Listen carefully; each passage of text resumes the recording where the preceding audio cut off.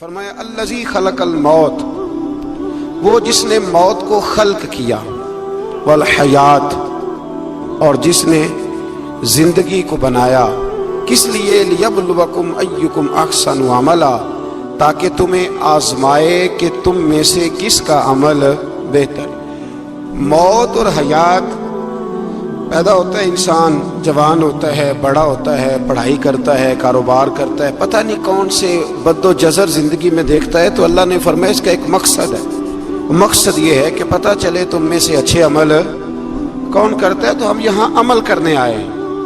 قیامت کے دن جو بات ہوگی وہ اعمال کی ہوگی، مکان جائیداد کار کوٹھی کی بات نہیں ہوگی، تو اعمال، اچھا عمل، احسن عملہ کے تحت مفسرین نے لکھا ہے کہ کام نیکی کا جب بھی کرو ذرا زیادہ ہی اچھا کر کے کرو۔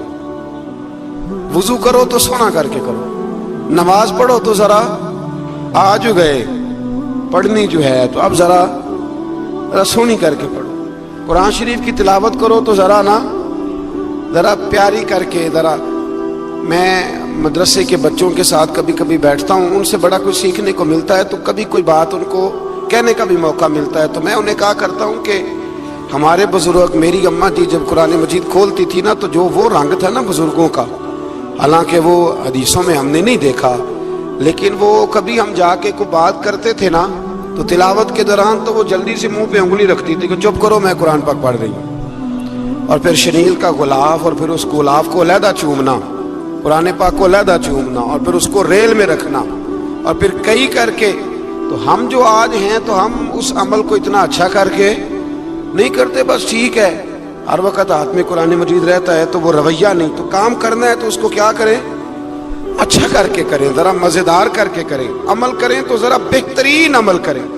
لیکن نبی کریم نے یہ نہیں فرمایا کہ میں تمہیں اخلاق سکھانے آیا ہوں، فرمایا میں اخلاق عالیہ کی تکمیل کرنے آیا ہوں، یعنی جو بڑا اخلاق ہے نا، احسن ترین عمل، اس کا میرے نبی پاک نے درس ارشاد فرمایا ہے۔ اس کا ایک صحابی نے پوچھا یا رسول اللہ صلی اللہ تعالی علیہ وسلم، بہترین عمل کون سا ہے؟ بہترین عمل؟ تو حضور نے فرمایا بہترین عمل اس بندے کا ہے عمر لمبی ہو پر کام سارے ہی اچھے ہوں، یعنی تو احسن طریقے سے زندگی گزارے، اچھے طریقے سے تیرا وقت گزرے۔ تو عمل جب بھی کرے نا، دیکھیں نا، صدقہ اور خیرات کرنا ہے تو تانگ آ کے بھی تو کرنا ہی ہے نا، اور غریب کو 10 چکر گھر میں لگوا کے بھی تو کرنا ہی ہے نا، اس کو 6 دفعہ ڈانٹ کے بھی تو کرنا ہی ہے، تو کرنا ہے تو لہذا صحیح کر کے کر دو۔ مطلب وہ گھر میں خاتون خانہ نے کپڑوں کے لیے پیسے مانگ لیے تو 1.5 گھنٹے کے لیکچر کے بعد بھی تو دینے ہی ہے نا، کیا خیال ہے آپ کا؟ تو اگر وقت پہ دے دیے جائیں تو چلو معاملہ ذرا، یا تو نہ دیں، بات ختم ہو گئی۔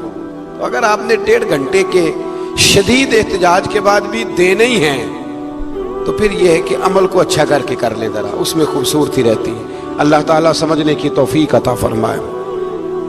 بڑے خوبصورت مضامین ہیں اس سورہ مبارکہ میں۔ آیت نمبر 19 میں اللہ نے فرمایا کہ کیا انہوں نے اپنے اوپر کبھی پر پھیلائے اور کبھی پر سمیٹے ہوئے پرندوں کو نہیں دیکھا؟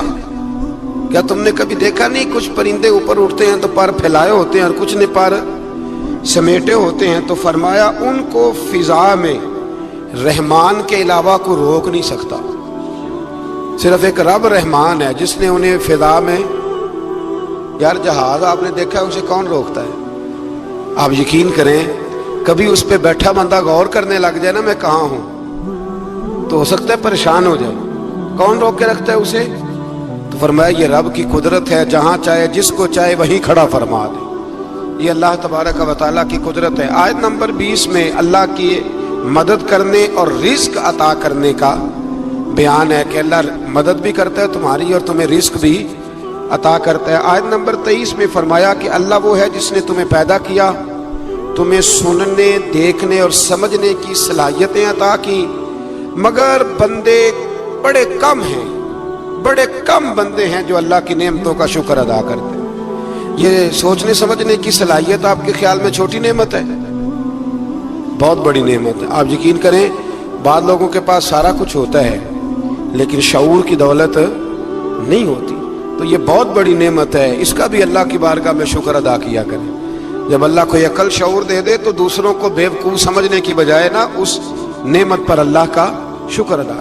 آگے سورہ قلم ہے، اس سورہ مبارکہ کے اندر اللہ تبارک و تعالی نے نا قسمیں ارشاد فرمائیں اور قسم کھا کے کہا کہ محبوب آپ کوئی مجنون نہیں، آپ کو دیوانے نہیں، یقیناً آپ کے لیے ایسا اجر ہے جو کبھی ختم نہیں ہوگا۔ اور پھر فرمایا وَإِنَّكَ لَعَلَىٰ خُلُقٍ عَظِيمٍ، محبوب جتنے عظیم الشان اخلاق تھے نا ان سب کا ہم نے آپ کو مالک بنا دیا ہے۔ یہ اعلیٰ لفظ اصطلاح ہے، قبضے کے معنی میں آتا ہے عربی میں۔ فرمایا ہم نے آپ کو اخلاق عالیہ کا مالک بنا، جتنے اچھے اخلاق ہیں ان سب کا اللہ نے نبی پاک کو مالک۔ اور سب مفسرین نے بڑا کچھ لکھا، پر بریلی کے امام نے ایک جملہ لکھا تو بڑا ہی شاندار لکھا۔ اعلیٰ حضرت فرمانے لگے کہ اخلاق یہ نہیں کہ جو کام اچھا تھا وہ نبی کریم نے کیا ہے، بلکہ فرماتے ہیں جس جس کو حضور نے کر دیا وہ اچھا ہو گیا، جس جس کو حضور نے کر دیا وہ اچھا۔ فرماتے ہیں رسول کریم کا مسکرانا بھی اچھا ہی ہے، اور کبھی دین کی مخالفوں پر ناراض ہونا بھی اچھا ہی ہے۔ نبی پاک علیہ السلام کا بدر میں تلوار اٹھانا بھی اچھا ہے، اور رسول کریم صلی اللہ تعالی علیہ وسلم کا فتح مکہ کے دن معاف کر دینا بھی، یہ سارا کچھ ہی اچھا ہے۔ بس جس کو حضور جب کرتے گئے وہ اچھا ہوتا گیا۔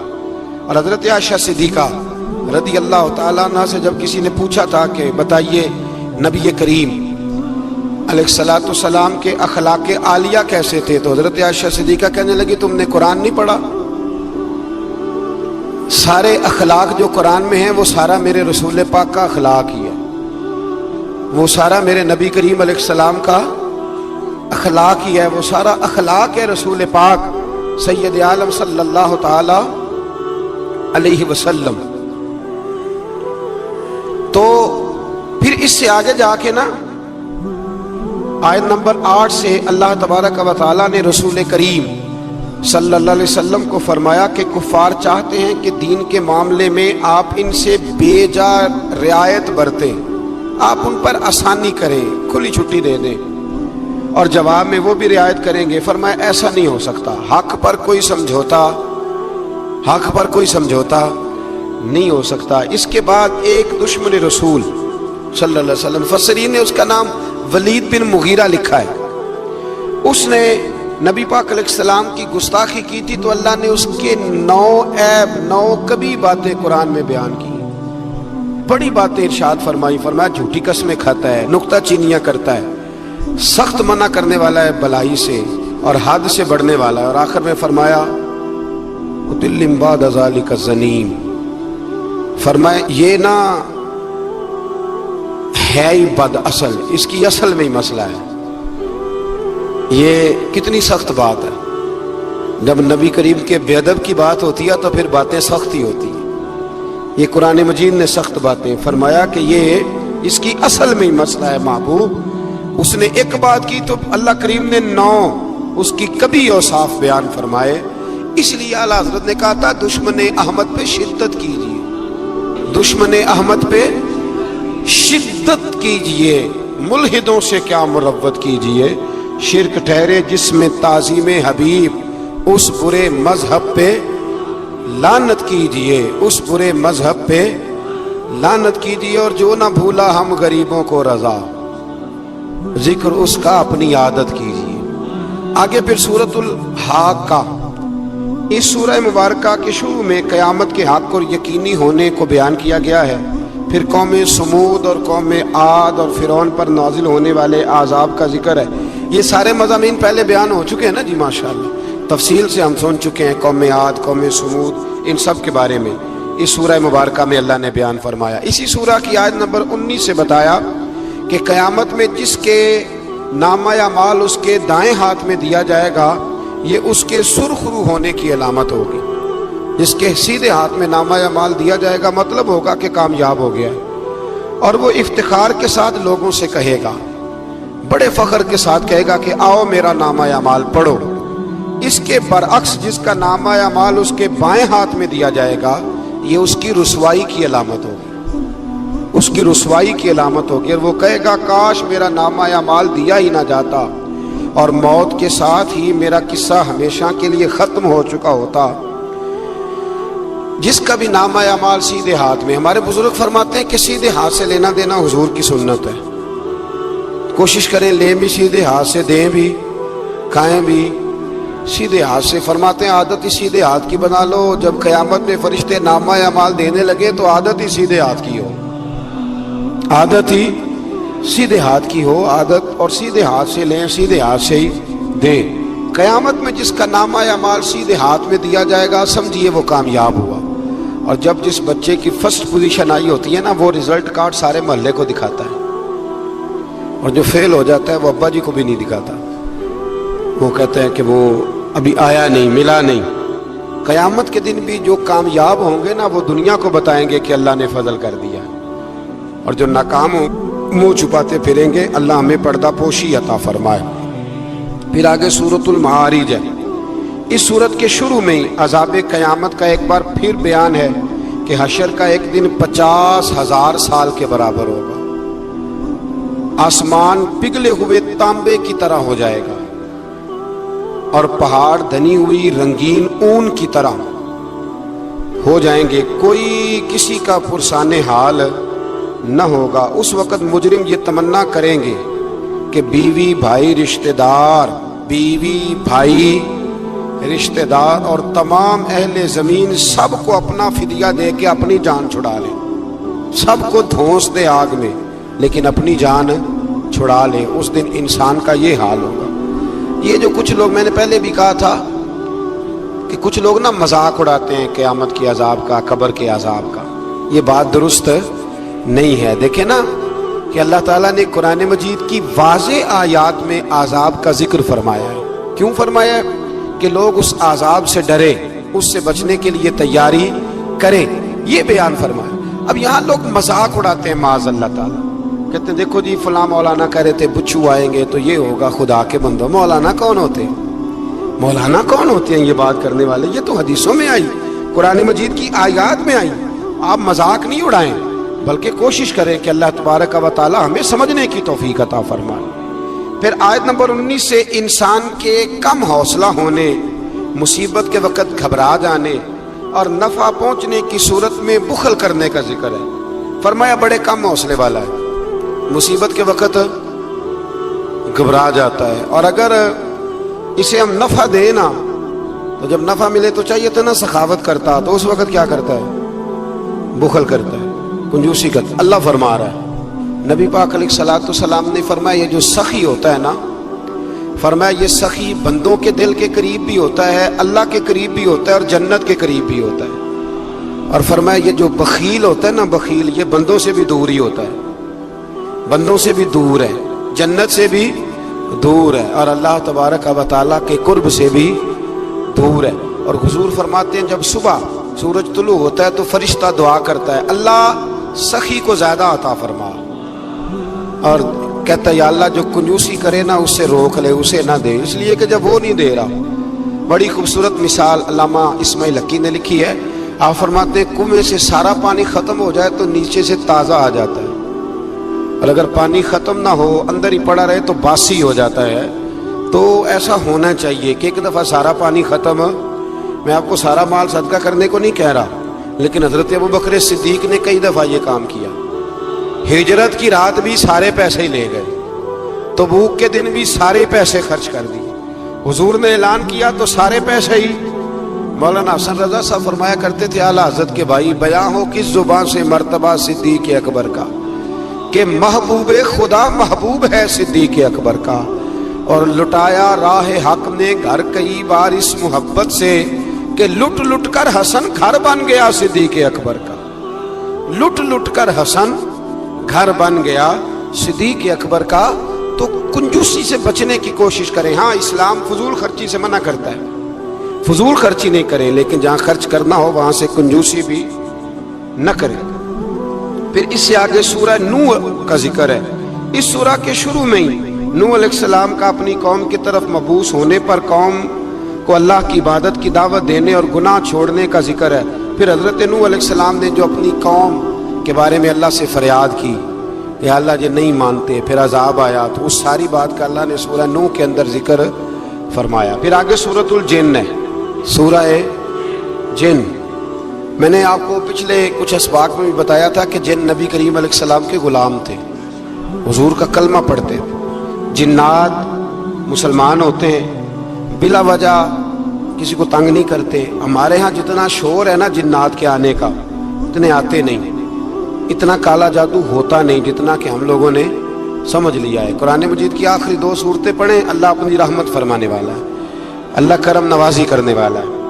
اس صورت میں اس امر کا بیان ہوا ہے کہ جنات جو تھے وہ عالم بالا میں خبروں کی سن گن کے لیے، خبریں تلاش کرنے کے لیے جایا کرتے تھے، مگر اب وہ وقت آ گیا ہے کہ عالم بالا میں ان کا داخلہ بند کر دیا گیا ہے۔ ایک وقت تھا کہ جنات خبریں سننے گننے کے لیے چلے جاتے تھے، اب ان کا داخلہ اب وہاں کی خبریں بتا سکتے، یعنی کو بابا جی اگر کہہ دینا کہ مجھے جن نے بتایا ہے کہ تیری اتنی روزی ہے، اتنی باندھ ہے، تب تو مر جائے گا، تو یہ بات اس لیے درست نہیں کہ اب جنوں کا وہاں جانا ویسے ہی بند ہو گیا۔ تو اب بابا جی تو آپ کو پتہ ہے نا، یہ بھی کہہ دیتے ہیں اللہ ماشاءاللہ کہ وہ چیزیں پیسے مانگتی ہیں، یعنی بڑی بڑی عجیب فلسفے کے ساتھ نا وہ چیزیں پیسے مانگتی ہیں۔ تو میں نے کہا مطلب چیزوں کا پیسے مانگنا تو سمجھ میں نہیں آتا، یا پھر کوئی ایسی بات بتا دی جاتی ہے کہ جس سے وہ پیسے دینے والا ماحول بن جاتا ہے۔ تو فرمایا اب ان کا وہاں جانا بند ہے، اور جو بھی جاتا ہے محافظ ان کا راستہ روک لیتے ہیں اور آگ کے گولے ان پر برسائے جاتے ہیں اگر آسمانوں پر جانے کی جن کوشش کریں۔ جنات نے مشورہ کیا کہ پورے روئے زمین کا جائزہ لے کے دیکھیں آخر یہ سارا منظر کیوں تبدیل ہو گیا، تو ضرور کوئی بڑی تبدیلی آئی ہے۔ حضرت ابن عباس رضی اللہ تعالیٰ عنہ نے بیان کیا کہ ان کی ایک جماعت مکے کی طرف گئی اور وہاں نبی پاک علیہ السلام عکاظ کے بازار میں اپنے اصحاب کو صبح کی نماز پڑھا رہے تھے۔ انہوں نے یہ قرآن سنا اور پھر جن جا کے دوسروں کو کہنے لگے کہ ایسا قرآن سن کے آئے ہیں کہ جیسا کبھی نہیں سنا۔ تو آؤ پھر محبوب کریم کی بارگاہ میں چلتے ہیں، خود بھی مسلمان ہوئے اور اپنی قوم کو بھی اسلام کی دعوت دی۔ اس کی آیت نمبر 26 میں اللہ تبارک و تعالیٰ نے فرمایا، یہ سورہ جن جو ہے نا، اس کی آیت نمبر 26 اللہ کریم نے ارشاد فرمایا، عالم الغیب فلا یظہر علی غیبہ احدا، فرمایا غیب کا جاننے والا اپنے غیب پر کسی کو مطلع نہیں کرتا، غیب کا جاننے والا آگاہ نہیں کرتا اپنے غیب پر کسی کو بھی۔ آگے فرمایا الا من ارتضی من رسول، لیکن اپنے رسولوں میں سے جس کو پسند کرتا ہے اس کام کے لیے چن لیتا ہے۔ کسی عام بندے کو غیب پر مطلع، یہ آیت نمبر 26 میں نے کتنی دفعہ یاد کرائی آپ کو؟ تو بھئی عقائد جو ہوتے ہیں وہ جب سے ہم قرآن مجید پڑھ رہے ہیں جگہ جگہ عقائد آئے ہیں اہل سنت کے، جگہ جگہ آئے، تو آپ سمجھیں نا کہ یہ عقیدہ جو ہوتا ہے یہ شعر سے ثابت نہیں ہوتا، یہ قرآن حدیث سے ثابت ہوتا ہے۔ شعر تو ایک ذوق کا نام ہے۔ تو فرمایا عام آدمی کو اللہ غیب پر اطلاع نہیں دیتا، پر اپنے رسولوں میں سے جس کو چاہتا ہے اس کام کے لیے چن لیتا ہے۔ تو بتائیے نبی پاک سے بڑھ کے بھی اللہ کسی کو چاہتا ہے؟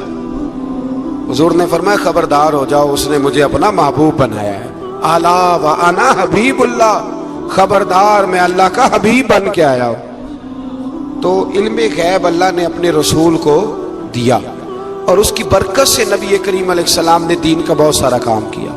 حبیب کریم علیہ السلام نے بہت ساری باتیں، اور بہت سارے ایسے لوگ ہیں جو صرف حضور کا غیب دیکھ کے ایمان لائے، یعنی ایمان ہی غیب دیکھ کے لائے۔ خود حضرت عباس نبی کریم کے چچا، وہ جب بدر کے لیے آنے لگے نا، وہ آنا اس وقت بھی نہیں چاہ رہے تھے، پر قبیلے اور برادری نے مجبور کر کے انہیں ساتھ تیار کیا۔ وہ آئے نا تو جو گھر میں سونا پڑا تھا نا وہ ایک جگہ پہ چھوڑ آئے، اپنی بیوی کو کہنے لگے کہ میں آ گیا تو نکال لوں گا، اور اگر میں قتل کر دیا گیا تو تو نا نکال کے بچوں پہ خرچ کر دینا۔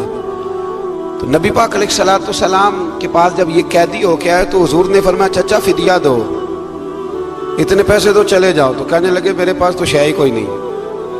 وہ جو 15 دن عمرے والے وہاں رہتے ہیں نا، وہ 2.5 من کی شاپنگ کر لیتے ہیں، اور جب کسٹم والا کہتا ہے پیسے دو تو تازہ عمرہ کیا ہوتا ہے، کہتے شے ہی کوئی نہیں۔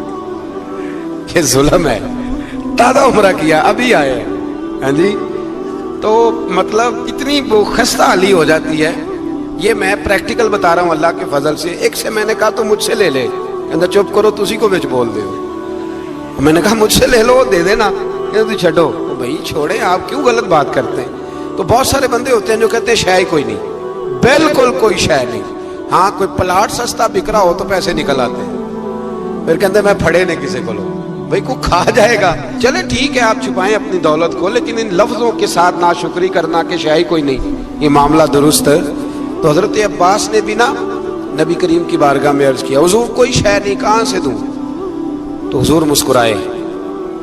حضور نے فرمایا چاچا جب گھر سے نکلنے لگے تھے تو وہ اکیلے میں میری چچی کو بلا کے جو پیسے دے کے آئے تھے, اور وہ اس کو کہہ کے آئے تھے کہ میں آ گیا تو میں تمہیں بتاؤں گا کیا کرنا ہے, نہ آیا تو پھر نکال کے بچوں پہ خرچ کر دینا. یہ سن کر حضرت عباس پہ راشا ہوا تاری. یہ سن کر حضرت حفیظ جلندری کہتے ہیں یہ سن کر حضرت عباس پہ راشا ہوا تاری کہ پیغمبر تو رکھتا ہے دلوں کی بھی خبرداری. خیال آیا مسلمان نیک و بد پہچان جاتے ہیں اور محمد آدمی کے دل کی باتیں جان جاتے ہیں. محمد آدمی کے دل کی باتیں جان جاتے ہیں, اور کوئی غیب تم سے نہا ہو بھلا جب خدا ہی نہ چھپا رہا. تم پر کروڑوں درود و سلام جب خدا ہی نہ چھپا رہا. کتنی عجیب بات ہے. یہاں بھی لوگ ترازو لے کے بیٹھے ہیں. اقبال سے کسی نے کہا کہ دو علماء کی بحث ہے, کہتا ہے حضور کو غیب نہیں, دوسرا کہتا ہے آؤ چلیں. اقبال کہنے لگے مجھے شرم نہ آئے گی میں وہاں چلا جاؤں جہاں لوگ میرے نبی کا علم تولنے کے لیے ترازو لے کے بیٹھے ہیں, حضور کا علم تول رہے ہو. اقبال کہنے لگے میرے نبی کے تو غلاموں کا علم نہیں تولا جا سکتا, تم حضور کے علم کی بات کرتے ہو. یہ تھوڑا سوچ سمجھ کے بات کرنی چاہیے. اور نص قطعی ہے قرآن پاک کی. ایک دن سجا لیا تھا میرے نبی پاک نے ممبر, فرمایا پوچھ لو پھر جو پوچھنا ہے پوچھو. تو حضرت عمر جیسے لوگ اٹھ کے کھڑے ہو گئے, کہا یا رسول اللہ ہم اللہ کے رب ہونے پہ راضی ہیں, آپ کے رسول ہونے پہ راضی ہیں, اسلام کے دین ہونے پہ حضور ہم بڑے راضی ہیں, ہم بڑے راضی. اس لیے یہ تو ایسا مسئلہ ہے کہ اس مسئلے کو دیکھ دیکھ کے لوگ مسلمان ہوئے. تو حضرت عباس کو جب حضور نے ساری بات بتائی نا تو حضرت عباس کہنے لگے فدیہ مرضی کا لے لینا پر پہلے مجھے کلمہ پڑھاؤ. کہا کیوں؟ فرمایا مجھے سمجھ آ گئی ہے وہ بات میرے اور میری بیوی کے علاوہ کسی کو پتہ ہی نہیں, اگر آپ کو پتہ چلی ہے تو یقیناً آپ کو کوئی بتانے والا ہے, تو وہ جو آپ کو بتانے والا ہے نا وہی رب العالمین ہے. تو حضور کا تو غیب دیکھ کے دنیا کلمہ پڑھ جاتی تھی. اس پر بڑی تفصیل سے میں نے ایک دفعہ بات کی تھی, موقع ملا تو وہ ساری روایات ایک جگہ کسی وقت جمع کریں گے انشاءاللہ تعالی, اور آپ کو عرض کریں گے کہ وہ کیا خوبصورت ماجرا ہے. اور اب تو الحمدللہ ایک اور آسانی بھی ہو گئی ہے. میری باتیں کوئی اس قابل تو نہیں تھی, لیکن چونکہ اللہ رسول کے فرامین تھے تو ایک دوست نے لکھنی شروع کر دی, انشاءاللہ جلدی چھپ بھی جائیں گے. تو عرض کرنے کا مقصد یہ ہے کہ یہ چیزیں آئیں گی اور آپ کو بتائیں گے کہ اللہ نے اپنے محبوب کریم کو کس طرح غیب کے خزانوں کی کنجیاں عطا فرمائی ہوئی. تو اس سے آگے پھر سورہ مزمل شروع ہوتی ہے.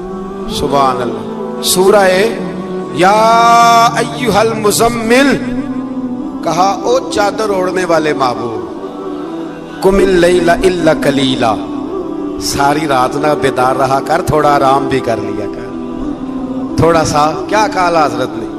خدا کی رضا چاہتے ہیں دعا لو, خدا چاہتا ہے رضا. اور درویش کہتے ہیں رب آکھیا سونے محبوبہ تیرے 100 ناز اٹھانا ہاں, لوکی میریاں قسماں چاندے نے میں تیریاں قسماں چاہنا. کہا اے میرے پیارے حبیب, اے چادر اوڑھنے والے, تھوڑا آرام بھی کیا کریں. حضور ساری رات نماز پڑھتے تھے نا, اللہ نے کہا محبوب تھوڑا آرام بھی کیا کریں. پھر اس میں بڑے خوبصورت چیزیں اللہ کریم نے بیان فرمائی ہیں, قیامت کی ہولناکیوں کا بھی ذکر فرمایا ہے. پھر آخر میں فرمایا کہ تم اپنی بھلائی کے لیے جو کچھ بھی آگے بھیجو گے اس کو اللہ تعالیٰ کے پاس اس سے بہتر اور زیادہ ثواب والا پاؤ گے. یعنی اس کا معنی یہ بھی ہو سکتا ہے کہ اپنی سوچ سے زیادہ تم ثواب پاؤ گے جو چیز آخرت کے لیے تم بھیجو گے. اور اللہ سے مغفرت طلب کرتے رہو, بے شک اللہ بہت مغفرت فرمانے والا اور بے حد رحم کرنے والا ہے. پھر اس سے آگے سورہ مدثر ہے. مزمل کے فوراً بعد سورہ مدثر. اس سورہ مبارکہ میں بڑا خوبصورت انداز ہے, یا ایھا المدثر, اے چادر اوڑھنے والے، قم فانذر، اٹھیے اور لوگوں کو ڈرائیے، اٹھیے آپ پیغام دیجئے، اٹھیے لوگوں کو ڈرائیے، اٹھ باندھ کمر کیوں ڈرتا ہے، پھر دیکھ خدا کیا کرتا ہے، آپ اٹھیے۔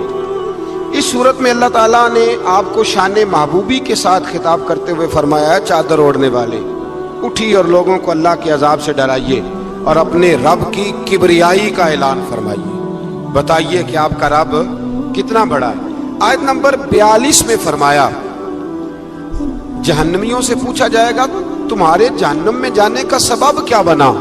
یہ سورہ مدثر کی آیت نمبر 42 چلو بتا لیا آخری نے، آیت نمبر 42 جہنمیوں سے پوچھا جائے گا جہنم میں آئے ہو تو سبب کیا بنا، تو وہ پہلا سبب بتائیں گے کہ ہم نماز پڑھنے والوں میں سے نہ تھے۔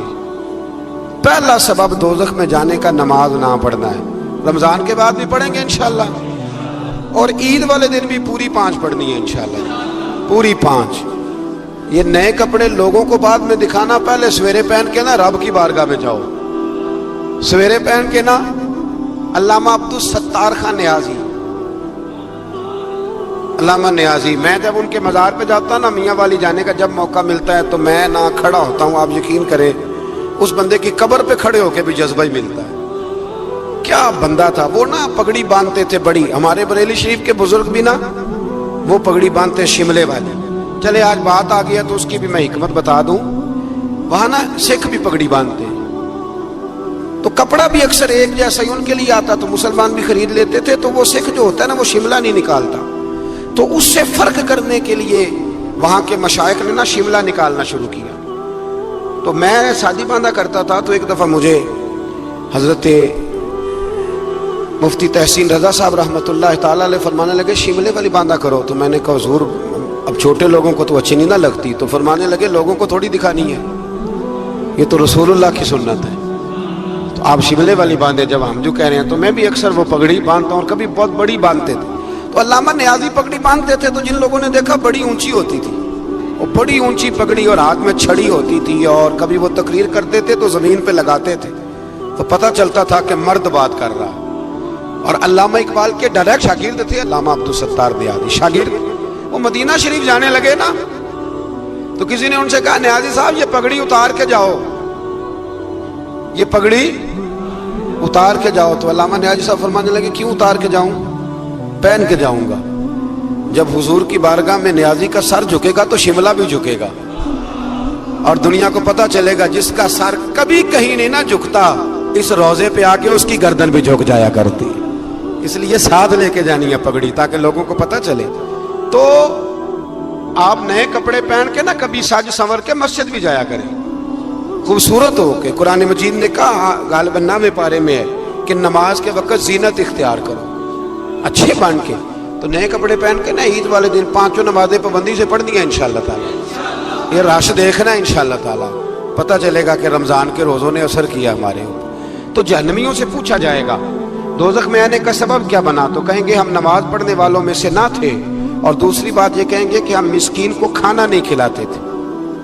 دوزخ میں جانے کا دوسرا سبب کہ توفیق کے باوجود لوگ مسکینوں کا خیال نہیں رکھتے، اور تیسری بات وہ یہ کہیں گے کہ ہم لغو کاموں میں مشغول رہتے تھے۔ لغو کام، بےہودہ کام اس کو کہتے ہیں جس کا فائدہ کوئی نہیں۔ یہ بڑے بڑے سیانے لوگ گیمیں کھیلتے، سیانے لوگ، عقل مند لوگ، تو یہ جہنم میں جانے کا تیسرا سبب قرآن نے بیان کیا۔ لغویات، پھٹے پہ بیٹھ گئے فضول بات شروع کر دی، بھائی اس سے بہتر تھا تو قرآن مجید کی تلاوت کرتا۔ ایسے ہی بلا وجہ لغویات ہیں یہ ساری۔ میں منع نہیں کرتا کھانا کھانے کے لیے کبھی ضرور جائیں، لیکن یہ ماحول ہی بنا لینا کہ آج تجھے پارٹی ہے تو کل مجھے پارٹی ہے تو پرسوں اس کو پارٹی ہے، تو یہ شغل میلہ ہر وقت کا، مسلمان کے پاس تو اتنا وقت ہی نہیں۔ ایک دوست مجھے کہنے لگے کہ میں آج کل بڑا بور ہو رہا ہوں، تو میں نے کہا تو اصل میں فارغ ہے، ورنہ ہمارے پاس تو ٹائم ہی کوئی نہیں بور ہونے کا۔ بندہ مطلب کو فرصت ملے تو بور ہو نا، پتہ نہیں کہاں سے لوگ ٹائم نکال لیتے، اب بور بھی ہو لیتے۔ تو آپ فارغ، لغویات سے بچے۔ لغو کام کرنا جہنم میں جانے کا تیسرا سبب ہے، یہ قرآن مجید نے اس سورہ مبارکہ کی آیت نمبر 42 میں ارشاد فرمایا۔ اور چوتھے نمبر پر کہیں گے ہم قیامت کے دن کو جھٹلاتے تھے۔ کہ موت ہمارے سر پہ آ گئی۔ یہ 4 کام ہے جو جہنم میں جانے کا سبب بنیں گے۔ نماز نہ پڑھنا، پہلا کام مسکین کو کھانا نہ کھلانا، اور تیسرا لغو اور فضول کاموں میں مشغول رہنا، بالکل کسی کوئی فائدہ ہی نہیں وہ کام کرتے رہنا، بالکل بے معنی بے مقصد کام کرنا۔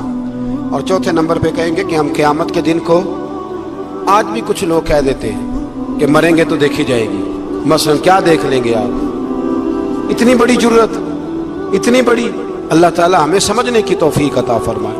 سورۃ القیامہ شروع ہو جاتی ہے جی اس سے آگے۔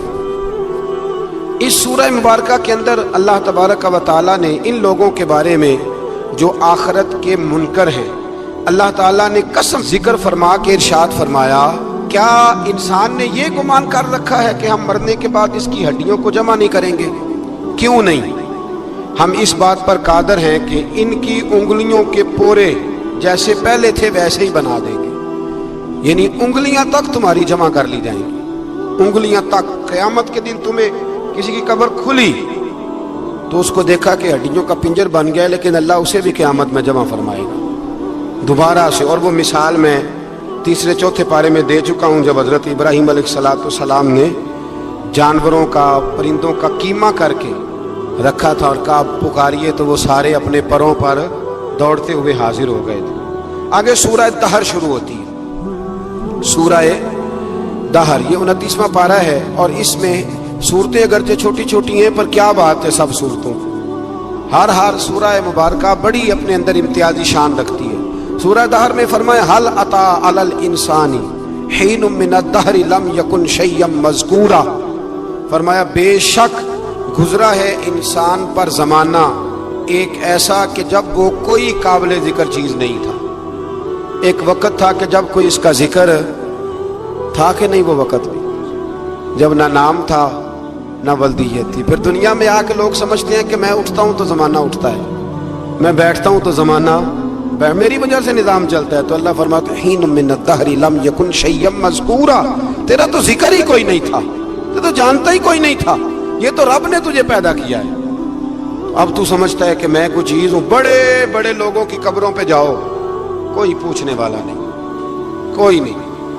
وہ جو کہہ دیتے تھے تو قانون بنتا تھا، قانون جن کے سائن کرنے سے لوگ پھانسی سے بچ بھی جاتے تھے اور پھانسی لگ بھی جاتے تھے، آج ان کا جاننے پہچاننے والا کوئی نہیں۔ تو انسان نا بھول جاتا ہے۔ ایک دور وہ بھی ہوتا ہے جب بس میں بیٹھنے کو جگہ کوئی نہیں دیتا، اور ایک دور وہ بھی ہوتا ہے کہ درجنوں کاریں لے کے لوگ گلیوں میں کھڑے ہوتے ہیں۔ انسان کو سارے وقت یاد رکھنے چاہیے، اسے بھولنا۔ حضور علیہ السلام اکثر فرمایا کرتے تھے کہ میں تو اس ماں کا بیٹا ہوں جو گوشت کے خشک ٹکڑے کھا کے بھی گزارا کر لیتی، گوشت کے خشک ٹکڑے کھا کے بھی گزارا کر لیتی تھی۔ اور حضرت عمر فاروق کی زبان پر یہ جملہ ساری عمر رہا کہ میں اونٹ چرانے والے کا بیٹا ہوں، یعنی ساری زندگی رہا۔ لوگ بھول جاتے۔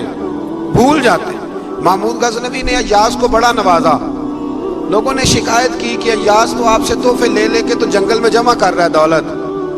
محمود کہنے لگے تمہیں کیسے پتا؟ کہنے لگے عصر کے بعد کہاں جاتا ہے روز، پتا ہے؟ لگا نہیں۔ تو کہا پھر آپ کو آج تک یہ نہیں پتا کہ عصر؟ محمود کہنے لگے واقعی یار اس نے کبھی بتایا نہیں عصر کے بعد کہاں ہوتا ہے۔ عصر کی نماز پڑھ کے محمود ایاز کے پیچھے گئے تو جنگل میں جا کے نا ایک جھونپڑی اندر سے کنڈی لگا لی، سپاہی ساتھ تھے۔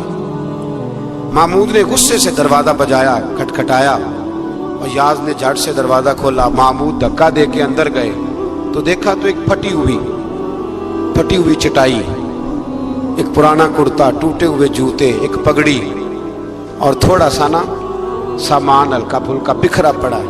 یہ کیا ہے؟ کیوں آتے ہو یہاں؟ بتایا کیوں نہیں؟ تو ایاز کہنے لگے بادشاہ میں یہاں نا روزانہ اپنی اوقات یاد کرنے آتا۔ کیا مطلب؟ کہنے لگے جب میں تیرے پاس آیا تھا تو یہ والا میں نے پہنا ہوا تھا لباس، یہ میرے گھر کی کل مالیت تھی، تو بادشاہ ہے، آج اگر تو ناراض ہو جائے تو کون پوچھ سکتا ہے؟ میں روز آ کے اپنی اوقات یاد کرتا ہوں کہ دوبارہ اگر یہاں آنا پڑے تو مجھے مشکل نہ ہو۔